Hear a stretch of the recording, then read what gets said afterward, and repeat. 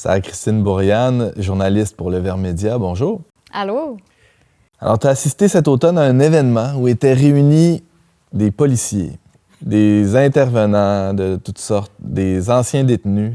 Qu'est-ce qu'ils faisaient ensemble, tout ce monde-là, dans la même salle? C'est spécial, hein? Ouais. Oui, bien, c'était une combinaison, un très heureux mélange, comme vous l'avez exprimé, d'une communauté qui est là pour aider des ex-détenus qui tentent leur chance dans une société ou avec laquelle ils ont rompu le lien. Hein.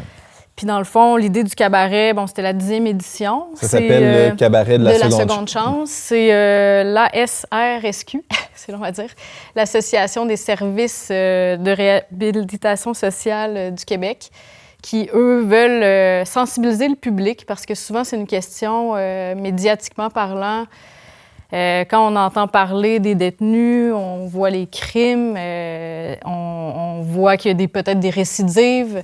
Fait que des fois, il y a un regard sur la société qui est assez dur, qui est assez intransigeant. Puis l'idée d'un cabaret comme ça, c'est de promouvoir cette cause-là avec un public, pas juste dans un genre de colloque où tout le monde est convaincu, mais dans il y a des proches, il y a des amis, il y a tout ce mélange-là de monde, des agents correctionnels qui, eux aussi, ont intérêt à essayer de mieux comprendre les parcours de ces personnes-là. Puis ce qui est intéressant, c'est que les artistes qui performent sur scène, on ne sait pas si on fait un délit ou pas, on ne sait pas qui est qui là, dans tout ça. On ne dit pas, ben voici, on vous présente un tel meurtrier. Mm-hmm. Donc, pour eux, c'est la chance de vraiment faire une réelle performance. Puis c'est pas facile parce que... t'applaudis pour ce qu'ils sont dans toute leur... Il y a des vrais talents artistiques, il y a des auditions. Puis les gens, quand même, se mettent à nu devant un public. Tu sais, le jugement, je pense que c'est une des plus grandes épreuves, j'ai l'impression, quand tu as fait de la prison, de faire face au jugement des proches, au jugement de n'importe qui. Là. Si tu te dis que tu as cette tâche-là sur ton parcours, c'est pas bien perçu. Donc, moi, j'étais dans les coulisses, je voyais ces personnes-là. Il y en avait un qui avait appris à jouer de la guitare en prison. Là. Il avait par ailleurs aussi appris le russe puis le japonais. Je me disais, on perd pas nécessairement notre temps en prison. Puis lui, ben tellement fier, là, puis c'était beau à voir. Là. Je me disais, waouh! Puis il y avait autant un band de heavy metal que genre un numéro d'humour, il y avait la chorale Le Cœur de justice réparatrice, puis à la fin...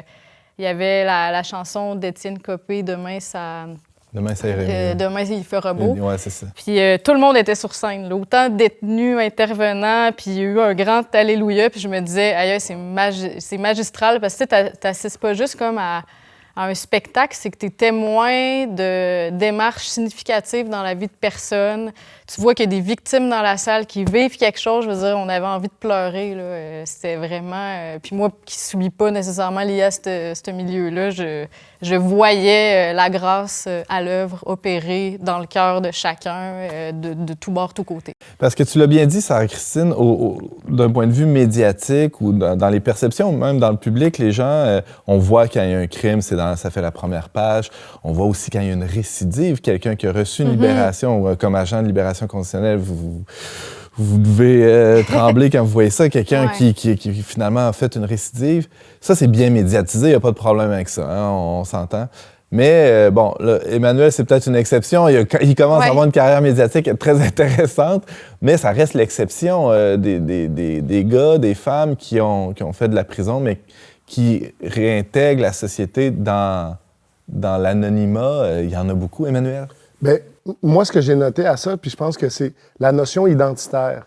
Donc, dépendamment de la longueur de ta sentence, puis on devient notre crime à l'intérieur de l'institution. Donc, on intègre cette identité-là.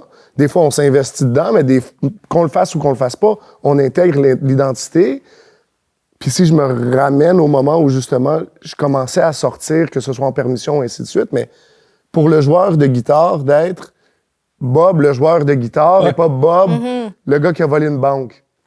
C'est la première fois qu'il change cette identité-là. Donc, d'offrir des opportunités à ces gens-là de se développer ou de reconnaître une autre identité, je pense que c'est très précieux. Très significatif. Ouais. Tout à fait.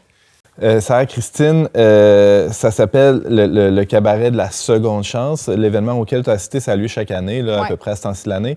Cette année, le thème du cabaret, c'était les proches. On a entendu un peu, un peu plus tôt dans l'émission l'importance des proches.